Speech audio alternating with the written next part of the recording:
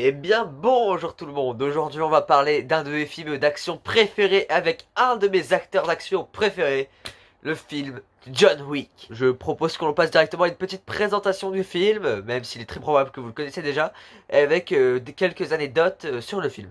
Même si là je dois vous avouer que pour celui-là j'en ai pas trouvé beaucoup. John Wick est un film d'action sorti en 2014 qui a remis sur le devant de la scène une star de l'action, Keanu Reeves, et on va dire entre guillemets la sortie de l'ombre.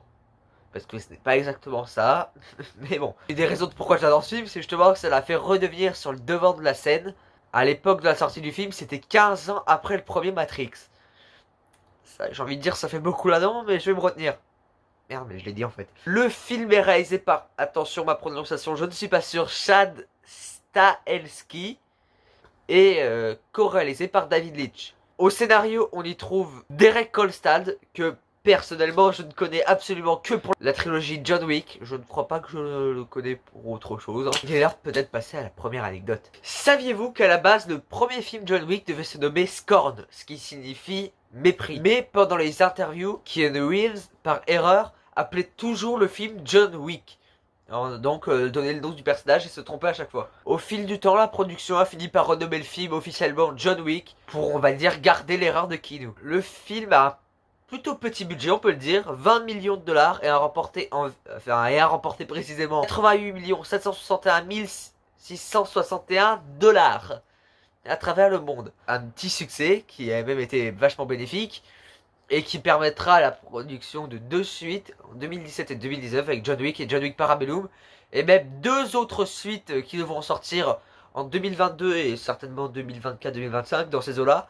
Donc un John Wick 4, un John Wick 5 et une série The Continental qui parlera de l'hôtel qui abrite les tueurs à gages bien connus de la saga. Les critiques du film ont été très bonnes. Et il faut le dire, c'est un bon film. Donc je n'ai malheureusement rien d'autre à dire d'un point de vue anecdote et tout. Donc je propose que l'on passe directement à l'aspect critique. Le film est génial avec des acteurs incroyables. Et le film comprend même des stars d'Hollywood dans un film à plutôt petit budget, ce qui est, on va dire, plutôt rare. Comme fucking Keanu Reeves, ouais, je peux pas le décrire autrement. Et le mec qui fait flipper tout le monde rien qu'avec son visage, Willem Dafoe. Donc déjà des acteurs excellents, une réalisation aux petits oignons.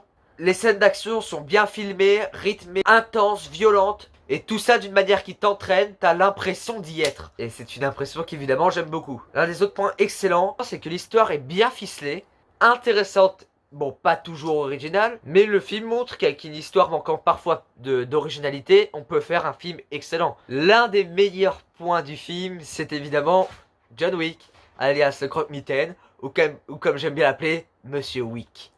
Le fait qu'il soit un tueur au sang-froid capable de tuer n'importe qui et que personne n'arrive à le tuer, que les gens ont carrément peur de lui, c'est trop bien. Dans le 3, on découvrira même qu'il a des fans, je trouve ça génial moi.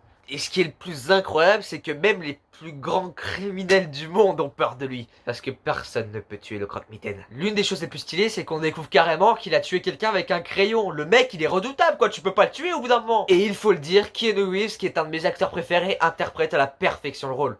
Je n'aurais jamais pu voir Wick avec un autre visage. C'est tout juste impossible en fait. Donc oui, je veux encore attribuer une autre fois une bonne note à un film.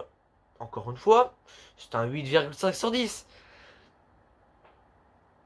Putain, d'un point de vue note, je suis un faible, je ne résiste pas à donner des bonnes notes. Bon bah voilà, du coup c'est la fin de cette vidéo, j'espère que ça vous a plu. Si oui, n'hésitez pas à mettre un like, à vous abonner, à partager, à commenter et à activer la cloche. On se retrouve samedi prochain pour une autre vidéo. Allez, à plus.